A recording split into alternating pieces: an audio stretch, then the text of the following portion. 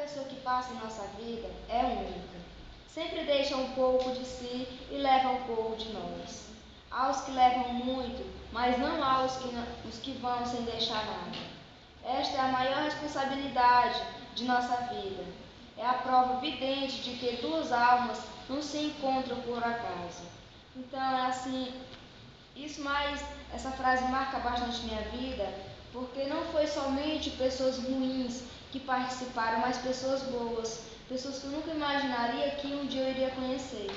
Eu nunca desisti, desde criança eu sempre participei, fui para a igreja, nunca deixei, apesar que a minha família era afastada da igreja.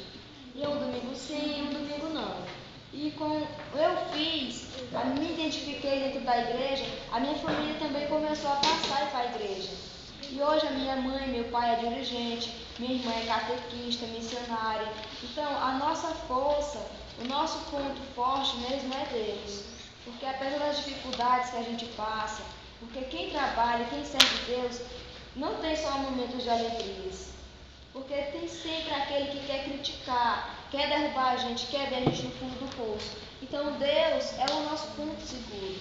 É o que a gente abraça quando está na dificuldade. É Ele quem enxuga a nossa lágrima. Então a gente nunca deve enfraquecer. Eu me vejo